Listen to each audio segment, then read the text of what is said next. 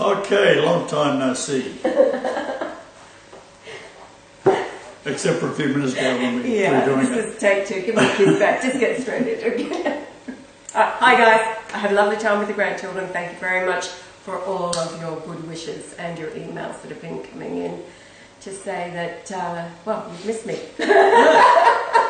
Alright babe, straight into it. Oh, okay. The upcoming eclipse. The upcoming eclipse. Now what I've done, I've set the distance to the moon to line up with Revelation where it's got 444 in it, which is supposed to be man, so I've said twice. So the nearest I can get to distance-wise is 404444, repeater, and that puts the moon directly under the Great Pyramid, and the distance to the Great Pyramid from that location is in kilometres 5455, which is the height of the pyramid in inches up to the rejected capstone. Right, now, wasn't this, haven't we already passed that date? Because you were saying it was the 3rd of August. The 3rd of August, yeah. Yes. What's that got to do with it? Well, just clarifying, because we're talking about the up and coming eclipse of August 21st, yet you're talking about August so we got 3rd. So why did you set it for there on that date? In the book of Revelation it talks about 444 as being the man, referring to certain man. Yes. And I can't get any closer than 404 because that's about the maximum the moon is from the Earth. So that happened on the 3rd. It's important to understand that the position of the moon, where the gravitational line of the moon is through the Earth's surface to the centre of the Earth, is where it's pulling on the magma. So as we're rolling along towards the 21st eclipse, I've been charting the position of the sun and the moon, and I got down to the southern hemisphere with the moon, and that started to pull on the magma because the sun is also pulling on the magma, but the Earth is going round and round and round. So the sun's pulled once, but the moon, of course, is pulling across the face of the Earth because it's travelling at roughly 2,300 miles per hour across the Earth's surface. So it's coming around many more times than what the sun is pulling on the Earth. In other words, leading up to the solar eclipse, there's going to be more pulls on the Earth by the moon, and it's also moving up higher towards the Yellowstone. It's not going as high as Yellowstone, but the Yellowstone is where they've speculated that the Russians have put a atomic weapon under the North American plate. So here's the plate like so, and then you've got the Wanda Fuca plate here, and then you've got Yellowstone over here, and they say that they've slid a burrowing machine, which is a nuclear weapon, so that at a certain point in time, always along the coast, they could take out California. Should there be any threat from the USA? That's the whole idea. Yes. So it's a righteousness manoeuvre by the Russians. Say, look, if you start on us, this is what we can do. We'll just tell you where they are. You can't do anything about it. Right? So they've already done that.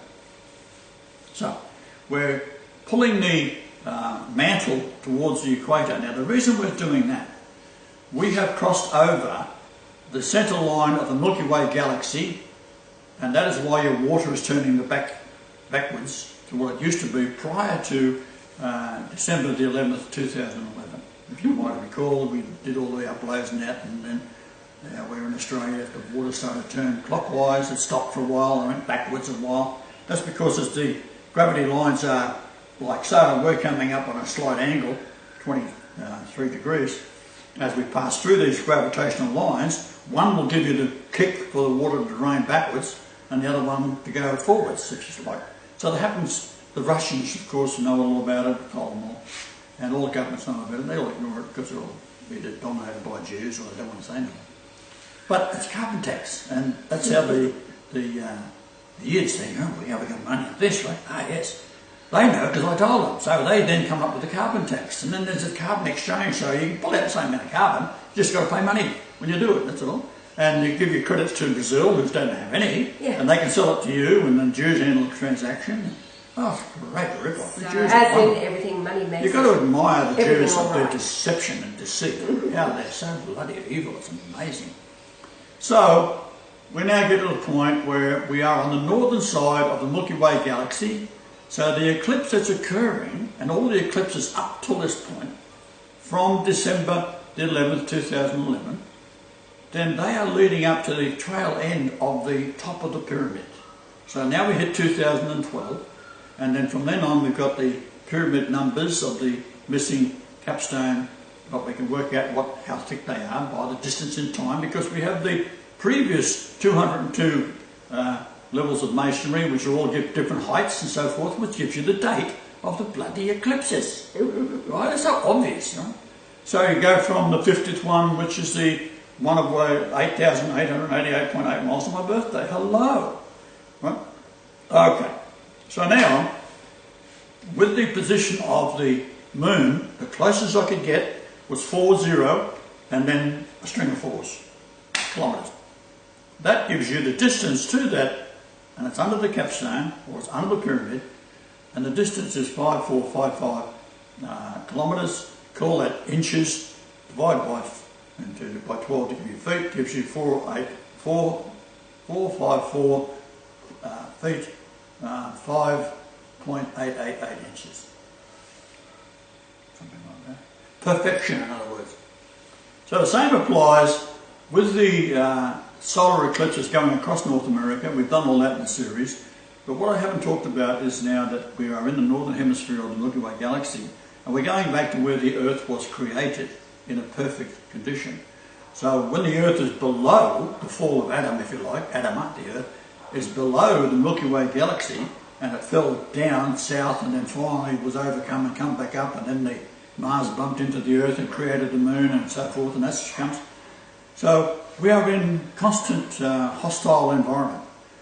We are now going across, and we're starting to release from that hostile environment to going back to where we are in the northern side of the Milky Way galaxy, so that we are in line with the creation latitude. Okay?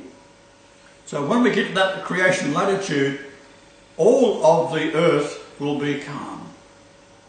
Be back to the Garden of Eden type tranquility.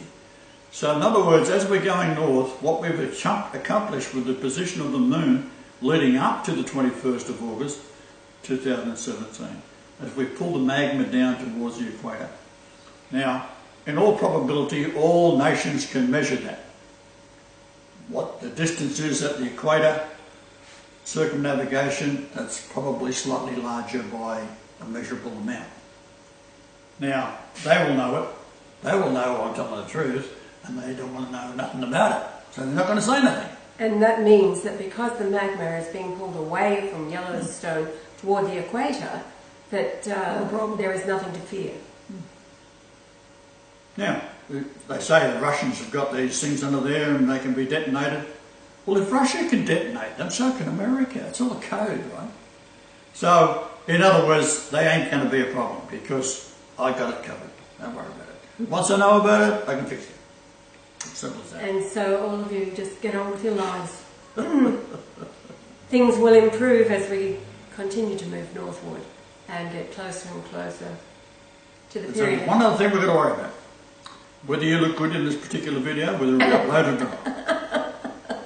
Well, with that, let's have a look. And we'll say later, Gators, and... Hasta la vista, baby.